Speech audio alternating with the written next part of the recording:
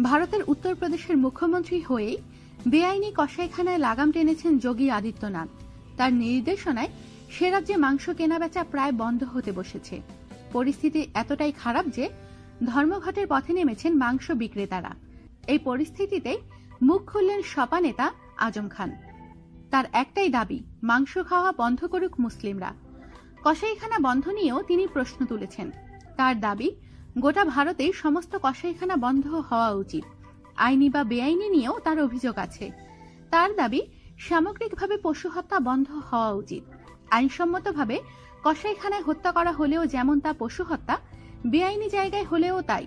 যোগী সরকার অবশ্য লাইসেন্স থাকা কসাইখানা বন্ধের নির্দেশ দেয়নি। এ নিয়ে সরকারকে এক হাত নেন সপা নেতা। তার দাবি, পশু হত্যা বন্ধ করতে চাইলে সব কসাইখানাই বন্ধ করা উচিত এবং একই নিয়ম গোটা দেশে লাগু হওয়া উচিত।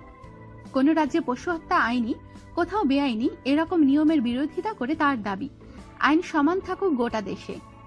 তার পাশাপাশি তার আবেদন, মাংস খাওয়া বন্ধ করুক মুসলিমরা। ইসলামে নাকি এরকম কোনো আদেশ দেয়া হয়নি বলেও তিনি দাবি করেছেন। এ ব্যাপারে সর্বস্তরের মানুষকে সচেতন করতে মুসলিম ধর্মগুরুদের কাছেও আবেদন জানিয়েছেন তিনি। আমাদের সাথেই থাকুন আর সাবস্ক্রাইব করুন।